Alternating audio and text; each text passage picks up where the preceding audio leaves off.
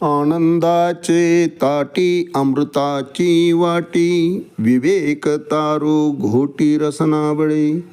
ते हे रूपळे रूपस विठ्ठल पुंडलिके, बहुसाल प्रार्थिले. तारावया जन व्हावया पावन, जडमूड अज्ञान हरिपाठे. माऊली ज्ञानेश्वर महाराज की जय. एक तरी ओवी अनुभवावी या ज्ञानयज्ञात आपण श्रीमद्भगवद्गीता अध्याय 8 अक्षर ब्रह्मयोग त्यातला श्लोक क्रमांक 15 आणि या श्लोकावर माऊलींनी ज्ञानेश्वरीमध्ये 8व्या अध्यायात 141 क्रमांकाच्या ओळीने केलेलं भाष्य याचं आज आपण चिंतन करणार आहोत. मामुप्येते पुनर्जन्म दुःखालयम अशाश्वतम, नाप्नुवन्ति महात्मना संसिद्धिम परमाम गतः. अर्थात भगवंत सांगतात, अर्जुना, माझी प्राप्ती केल्यावर भक्ताला पुन्हा जन्माला यावं लागत नाही. भक्तियोगी महात्मे जन आश्वासवत अशा या दुःखपूर्ण जगतात कधीच परतून येत नाही. कारण हा मृत्यूलोक कसा आहे तर भवसागर आहे, दुःखानं भरलेला आहे. यात सुख नाहीच्या बरोबर आहे. जवळपास सुख पाहता जवा पाडे दुःख पर्वता येवडे. म्हणून अशा या दुःखमय जगतामध्ये असे भक्त लोक ज्यांनी माझी प्राप्ती करून घेतलेली आहे किंवा माझ्या प्राप्तीचं महत्त्व ज्यांना कळालेलं आहे, मानवी जीवनाचं अंतिम साध्य तेच आहे याची प्रचिती ज्याला आली, ते माझ्या धामाच्या प्रती येतात. आणि एकदा माझ्या धामात आला की यम प्राप्तेन निवर्तन्ते तद्धाम परमम मम. त्या ठिकाणी गेल्यानंतर पुन्हा कधीच परत यावं लागत नाही. ते धाम माझं आहे, माझं आहे अर्जुना ते धाम. तैसे श्रीता ओघ समस्त समुद्रा माझी मिळत, मागवते न परतले नाही. एकदा नदी समुद्राला जाऊन मिळाली की पुन्हा तिचा परतीचा प्रवास नसतो. भगवंत सांगतात, अर्जुना, माझ्याही धामात एकदा त्या नदीप्रमाणे माझ्या धामामध्ये जीव आला, पोहोचला की पुन्हा परती माघारी घेत नाही. त्याला माघारी जाण्याचा प्रश्नच येत नाही. तैस्या योगेश्वराची आमती, मिळणी सवे एकवटती, परी जे विचारोने पुनरावृत्ती भजतीच ना. त्याला काहीच करण्याची आवश्यकता पडत नाही. तो पुन्हा मृत्यूलोकी येत नाही. कारण कर्मफळच तो शिल्लक ठेवत नाही. कर्त्याच्या भूमिकेत स्वतःला समजतच नाही. परमसिद्धी प्राप्तीची ओढ असल्यामुळे आयुष्यभर तो शास्त्रोक्त कार्यच करतो. शास्त्रसंमत कर्म जे आहे तेच कर्म करतं. आणि ते करत असताना सुद्धा भगवंत माझ्याकडून हे करून घेतो. मी करता नाही, करणे का न करणे आघवे तोची जाणे, विश्वचळ तसे जेणे परमात्म्याने. म्हणून कुठल्याही कामामध्ये एक योग्याच्या भूमिकेमध्ये असतात. योगस्थः कुरुकर्माणी संगम त्यक्त्वात्म सिद्धये. घालून दिलेलं कर्म आहे म्हणून ते करतात. योगिनः कर्म कुर्वन्ति संगम त्यक्त्वा आत्मशुद्धये. करायचं म्हणून करत नाही, विश्वकल्याणाकरता आहे. आणि भगवंताने मला ते कार्य करण्यासाठी नियुक्त केलेलं आहे. अशा प्रासादिक स्वरूपाच्या विचारसरणीनं कुठलंही कर्म असे योगी करत असतात. आणि त्यामुळं त्या कर्माचं निर्माण होणारं फळ आणि ते कर्म हे दोन्ही ते भगवंताच्या चरणी अर्पण करून टाकतात. मागं चिंतन केलं आपण की बसचा कंडक्टर असतो, पिशवी पैशानं भरली काय किंवा रिक्त आहे काय, माझं कार्य संपलं, माझी ड्युटी संपली, ही पिशवीतली कॅश, ही पिशवी आणि हे तुमचं उर्वरित हिशोब तो सुपूर्द करतो त्या खात्याकडं, एस.टी. महामंडळकडं आणि हसत मुखानं बाहेर पडतो. कुठलाही भाव आज खूप मोठा पैसा आला म्हणून चेहऱ्यावर आनंद नाही, किंवा आज काहीच पैसा आला नाही, रिकामी गाडी आली, दुःख नाही. का?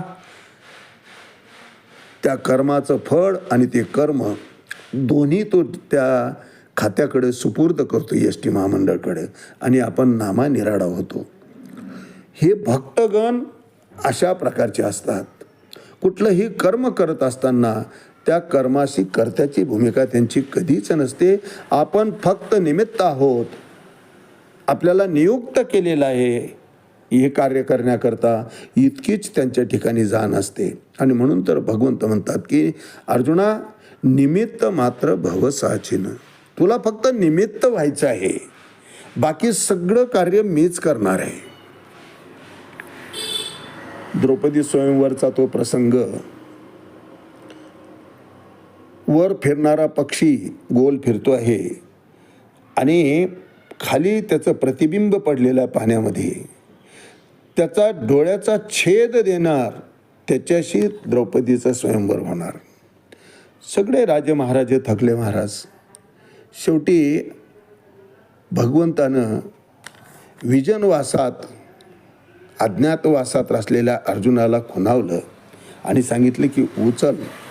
अर्जुन भगवंताच्या आज्ञेनं उठला आणि या दिहीचे त्या दिही याप्रमाणे त्या भाषेत भगवंत अर्जुनाला सांगत आहेत की तू तो परंचा लाव, बाण व्यवस्थित हे कर, नेम धर, चित्त एकाग्र कर आणि धनुष्याचा टंकार सोडून त्या पक्षाचं डोळ्याचा छेद घे. बाकीचं मी पाहून घेईल. बाकीचं मी पाहून घेईल म्हणलं. अर्जुनाला थोडीशी शंका आली की धनुष्य मी उचलणार, त्याला तो बाण मी लावणार, नेम मी धरणार, दोरी धनुष्याची ओढून बाण बाहेर मीच सोडणार, नेम मीच धरणार, आणि मग हा बाबा काय करणार आहे? भगवंत म्हणलं थोडं थांब, तुला समजेल मी काय करणार आहे. मग अर्जुनानं, आता धनुर्धारी होता, उचलला धनुष्य आणि बाण लावला महाराज, नेम धरला.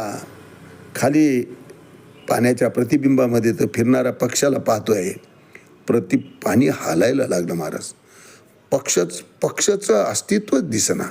मग अर्जुनाच्या लक्षात आलं आणि मग अतिशय ओशाळपणे भगवंताच्या चरणाकडे अर्जुनानं दृष्टी टाकली की बाबा रे, करता करविता तूच आहे, मी चुकलो.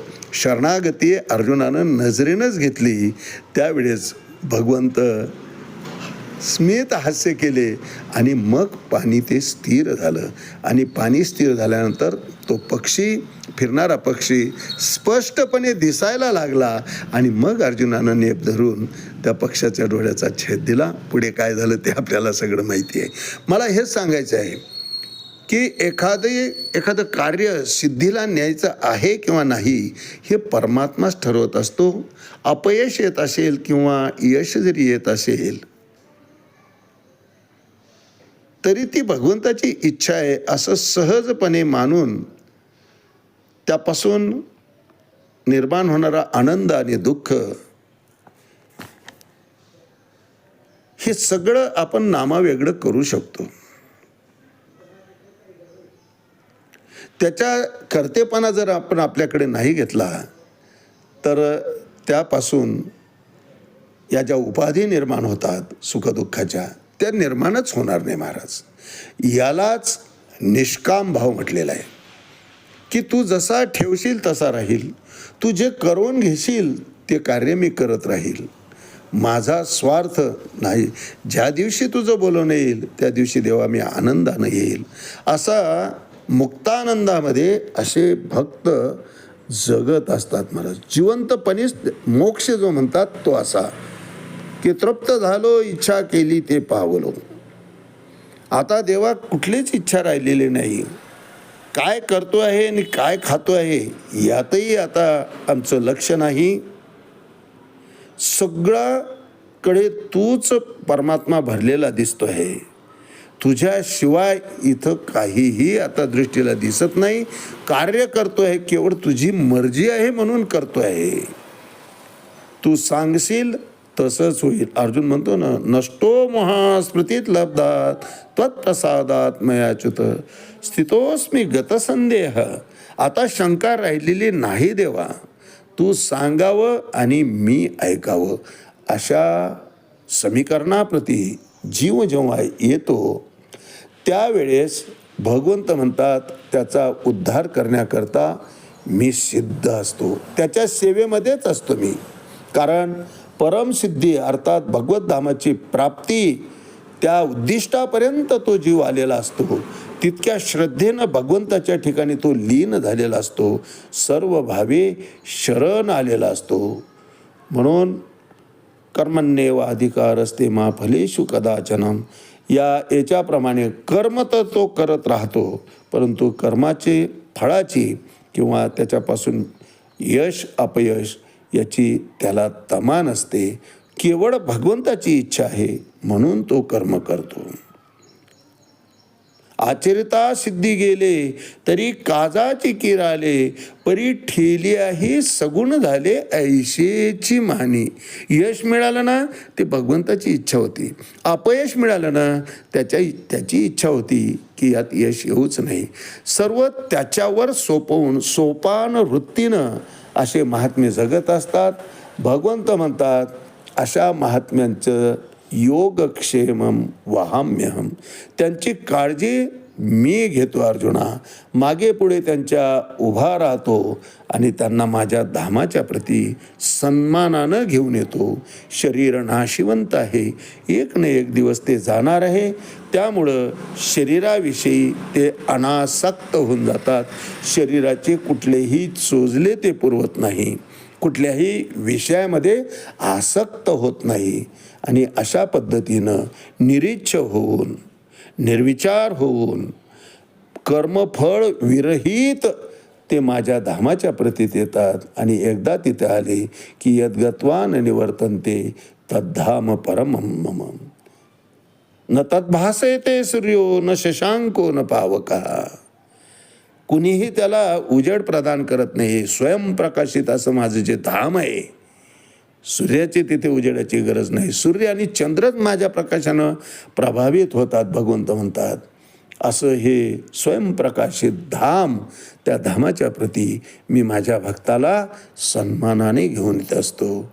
शरीरामध्ये आसक्त होऊन तो पुन्हा या मृत्यूलोकी येण्याच्या भानगडीतच पडत नाही. यावर भाष्य करताना माऊली 141 क्रमांकाचे म्हणतात, जे दैन्याचे दुभते, जे महाभयाते वाढविते, जे सकळ दुःखाचे पुरते भांडवल.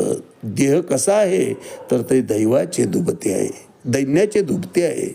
दरिद्रता त्याला पुजलेली आहे, कारण कधीही तृप्ती न घेणारं, सतत हाव हाव हाव, पाहिजे पाहिजे, माझं माझं माझं, या परिस्थितीनं